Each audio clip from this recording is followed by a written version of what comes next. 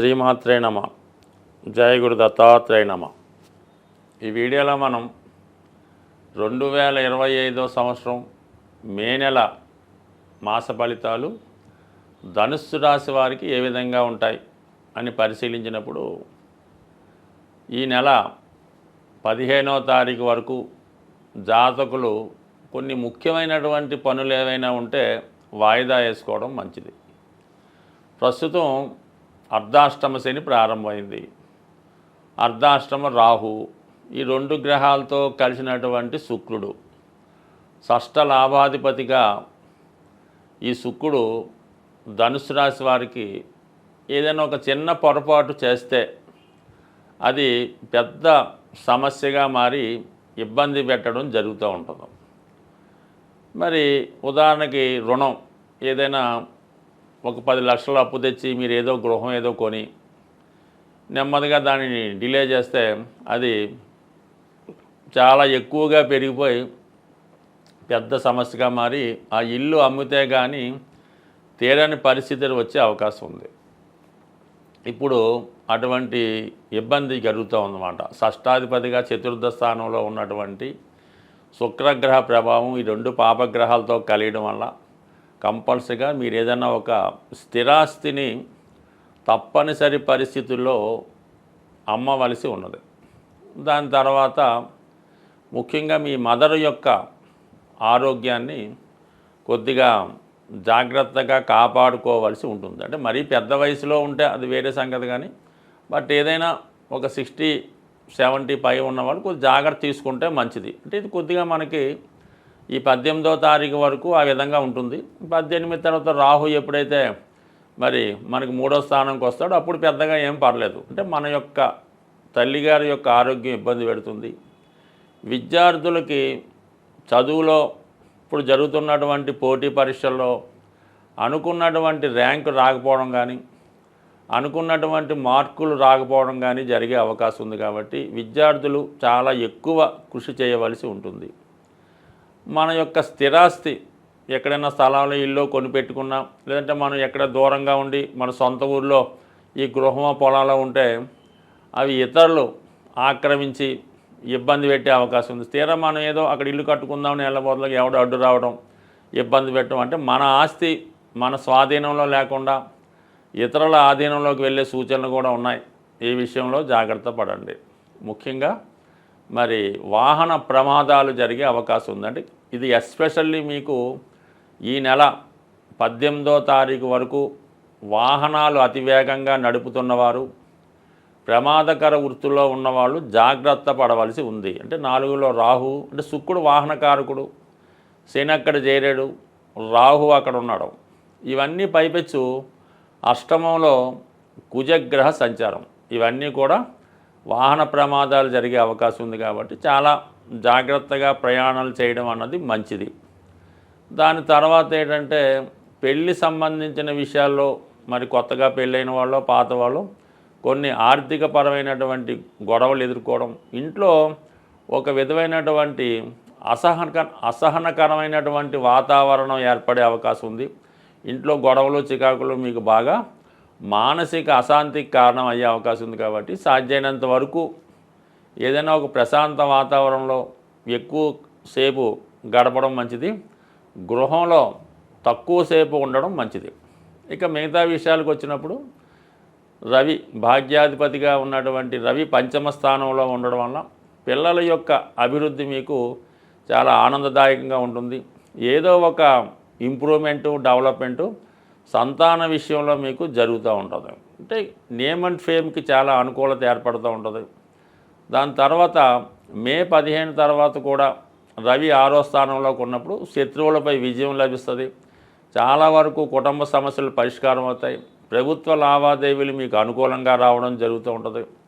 అలాగే ఏదన్నా కోర్టు తీర్పులు కానీ ఏమైనా ఉంటే మీకు అనుకూలంగా రావడం జరుగుతూ ఉంటుంది. మొత్తం మీద రవి 6వ స్థానంలో మంచిదే. అదే సమయానికి 6లో ఉన్నటువంటి గురువు సప్తమంలోకి మారిపోతాడు. ఆ కారణం వల్ల ఇంకా ఆటోమేటిక్గా గురువు ఎప్పుడైతే సప్తమంలోకి వచ్చాడో మొత్తం టోటల్ వ్యవహారం అన్నది మీ చేతిలోకి రావడం జరుగుతూ ఉంటుంది. అంటే మీరు మీ యొక్క సామర్థ్యంతో పూర్వపుణ్యంతో మొత్తం సమస్యల్ని కంట్రోల్లోకి తెచ్చుకునే ప్రయత్నం జరుగుతుంది. అటు స్థిరాస్తి సమస్యలు, మదర్ యొక్క విషయాలు, తర్వాత వాహన విషయాలు, ఇవన్నీ కూడా సావకాశంగా జరిగి చాలా వరకు మీకు అనుకూలంగా మారే అవకాశం ఉంది. ముఖ్యంగా పెళ్లి ప్రయత్నాలు లాంటివి అనుకూలిస్తాయి. దూరంగా ఉన్నటువంటి భార్యాభర్తలు తిరిగి కలుసుకుంటారు. అనుకోకుండా ఎక్కువ ప్రయాణాలు చేయడం, పుణ్య కార్యక్రమాల్లో పాల్గొనడం జరుగుతూ ఉంటుంది. అంటే కొత్త ప్రయత్నాలు కూడా నెరవేరుతాయి. కొత్త వ్యాపార వ్యవహారాలు చేస్తారు. అలాగే ఆధ్యాత్మిక రంగంలో ఉన్న వాళ్ళు కొత్త విషయాలు తెలుసుకోవడం, వాళ్ళ నాలెడ్జ్ ఇంకా ఇంప్రూవ్మెంట్ అవ్వడం, ఇవన్నీ కూడా ఈ నెలలో మొత్తం మీద గురువు అనుకూలంగా మారడం జరుగుతుంది. ఇక ఫైనల్గా రాహు మీకు ఈ మే నెల 18వ తారీఖున రాహు 3వ స్థానంలోకి రావడంతో చాలా వరకు ధైర్యంతో కార్యక్రమాలు చేపడతారు. అలాగే గొప్ప గొప్ప వారంతా కూడా మీకు మిత్రులుగా మారి మీకు సహకరించే అవకాశం ఉంది. మీరు ప్రారంభించే ప్రయత్నాలకి ప్రజల యొక్క సహకారం లభించే అవకాశం ఉంది. అంటే గతంలో కూడా ధైర్యంగా మొండిగా ముందుకెళ్ళిపోవడం జరుగుతూ ఉంటుంది. ఏదైనా సోషల్ రెవల్యూషను, సంఘ సంస్కర్తగా మారడానికి కూడా ఈ రాహు మిమ్మల్ని చాలా వరకు ప్రోత్సహిస్తూ ఉంటాడు. అంటే 10 మంది యొక్క బాధ్యతలు మీరు తీసుకొని వారి తరపున మీరు పోరాటం చేయడం జరుగుతూ ఉంటుంది. అలాగే కేతు భాగ్యస్థానంలోకి రావడం వల్ల పుణ్యక్షేత్రాలు దర్శించడం, మీరు కూడా ఒక ఆధ్యాత్మికవేత్తగా మారి అందరికీ మంచి సలహాలు ఇవ్వడం, ఇటువంటి కార్యక్రమాలన్నీ కూడా చేపట్టడం జరుగుతూ ఉంటుంది. బట్ ఏదైనా అర్ధాష్టమ శని మంచికెళితే చెడుదయ్యే అవకాశం ఉంటుంది. కాబట్టి మనకి సంబంధం లేని విషయాల్లోకి దూరకుండా మన పనులు మనం జాగ్రత్తగా చేసుకుంటే మంచిది. గ్రహాలని, జ్యోతిష్ శాస్త్రాన్ని, గోచార ఫలితాలు నమ్ముతున్న వాళ్ళు సాధారణంగా ముఖ్యమైనటువంటి గ్రహాలు మారినప్పుడు వాటి యొక్క ప్రభావాన్ని చూపించడం జరుగుతూ ఉంటుంది. అందువలన ఏదైనా గ్రహం మారినప్పుడు ఆ గ్రహానికి సంబంధించినటువంటి పరిహారం చేసుకుంటే అది మనకి అనుకూలంగా మారడం జరుగుతూ ఉంటుంది. ఇప్పుడు ముఖ్యంగా 18 నెలలకి ఒకసారి మారే రాహుకేతువులు ఈ నెలలో మారడం జరిగింది. అయితే ఈ రాహుకేతువులే కర్మని నిర్దేశిస్తుంటాయి. అంటే గత జన్మలో మనం చేసినటువంటి పాపపుణ్యాలని ఈ జన్మలో అనుభవించే విధంగా ఇవి చేయడం జరుగుతూ ఉంటుంది. వీటినే కార్మిక్ కంట్రోల్ ప్లానెట్స్ అనడం జరిగింది. మరి ఈ రాహుకేతు మారినప్పుడల్లా ఏదో ఒకటి ప్రతివాడి జీవితంలో మంచి కానీ చెడు కానీ జరుగుతూ ఉంటుంది. అది జరగాలనుకునేప్పుడు మనం కామన్గా ఈ గ్రహాలకి పరిహారం చేసుకుంటే అవి మనకి కొంత తీవ్రత తగ్గి మంచి ఫలితాలు ఇవ్వడం జరుగుతూ ఉంటుంది. మరి ఇప్పుడు ముఖ్యంగా ఏ పని జరగాలన్నా, మనం ఏ గ్రహానికి పూజ చేయాలన్నా, ఏ దైవానికి పూజ చేయాలన్నా ముందుగా విఘ్నేశ్వరుణ్ణి పూజ చేయడం జరుగుతూ ఉంటుంది.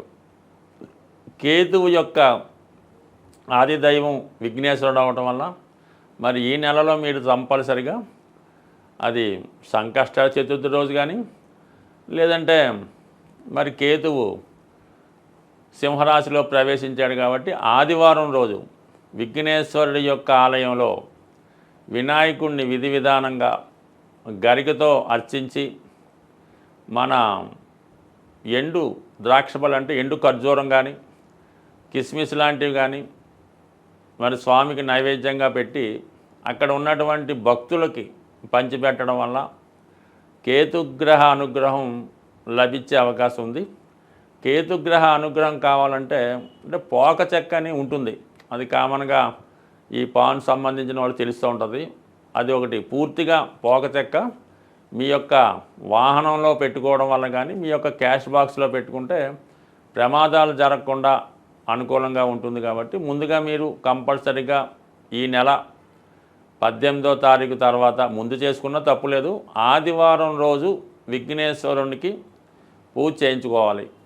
దాని తర్వాత రాహు మరి కుంభరాశిలో ప్రవేశిస్తున్నాడు. అందుకని రాహు యొక్క అనుగ్రహం కోసం కనకదుర్గ అమ్మవారు శనివారం రోజు కనకదుర్గ అమ్మవారి ఆలయంలో అమ్మవారి కుంకుమర్చన చేసి ఒక నిమ్మకాయల దండ సమర్పించి 18 సార్లు ప్రదక్షిణ చేసి వీలైతే పొలగం నైవేద్యంగా పెట్టి అమ్మవారి ప్రసాదంగా పంచిపెట్టినా పర్లేదు. వీలు లేని వారు కేవలం దర్శనం చేసుకొని 18 ప్రదక్షిణలు చేయడం వల్ల సరిపోతుంది. బట్ ఏదైనా కంపల్సరీగా ఈ శాస్త్రాన్ని నమ్ముతున్న వాళ్ళు మీరు తప్పకుండా ఈ వినాయకుడిని అమ్మవారిని పూజించుకోండి. వీలైతే ఏదైనా ఒక శక్తి క్షేత్రాన్ని శక్తి పీఠాన్ని దర్శించడం వల్ల ఈ రాహుకేతువుల అనుగ్రహం లభించే అవకాశం ఉంది. బట్ ఏదైనా రాహుకేతు మనకు అనుకూలంగా ఉంటే ఆటోమేటిక్గా మిగతా గ్రహాలన్నీ అనుకూలించే అవకాశం ఉంది. అందువలన కంపల్సరీగా గ్రహశాంతి చేసుకోండి. ముఖ్యంగా సింహరాశిలోకి కేతుగ్రహ ప్రవేశం అన్నది చాలా వరకు అధికారులకి పెద్దవారికి కొంత ఇబ్బందులు లాంటివి ఉంటుంటాయి. కాబట్టి నిరంతరం సూర్య నమస్కారం చేసుకొని ఆదిత్య హృదయ పారాయణ చేసుకొని ఆదివారం నియమంగా ఉంటే అటు ఆరోగ్యం ఐశ్వర్యం లభిస్తుంది. అలాగే ఇదే నెలలో గురుగ్రహం కూడా మనకి ఈ మే 15 మారడం జరుగుతుంది.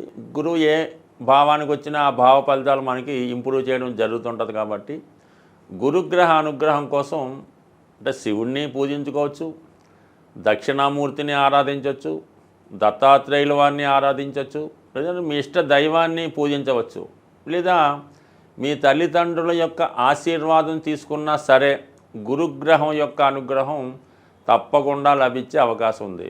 ఏదైనా చాలా కాలంగా తీవ్రమైనటువంటి ఇబ్బందుల్లో పడుతున్నాం, ఏ విధంగా కూడా మనకి దారి లేదు అనుకున్న వాళ్ళు మరి ఈ నెలలో ఒక అద్భుతమైన రెమెడీ ఏంటంటే ఏదైనా మీకు దగ్గరలో ఉన్నటువంటి గోశాలని దర్శించి మీ యొక్క వెయిట్ మీరెంత బరువు ఉన్నారో అంత బరువు ఉన్నటువంటి వెయిట్ చూసుకోండి. మీరు ఒక 80 కేజీలు ఉన్నారనుకోండి, 80 కేజీలు ఎండుగడ్డి కానీ పచ్చగడ్డి కానీ దాని ఖరీదు ఆ గోశాలలో డొనేట్ చేయవలసి ఉంటుంది.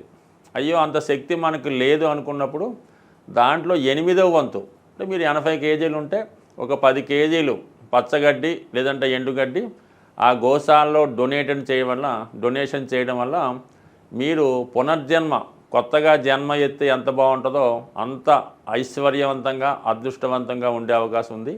ఈ చిన్న ప్రయత్నాన్ని చేసి సక్సెస్ అవ్వాల్సింది. స్వస్తి.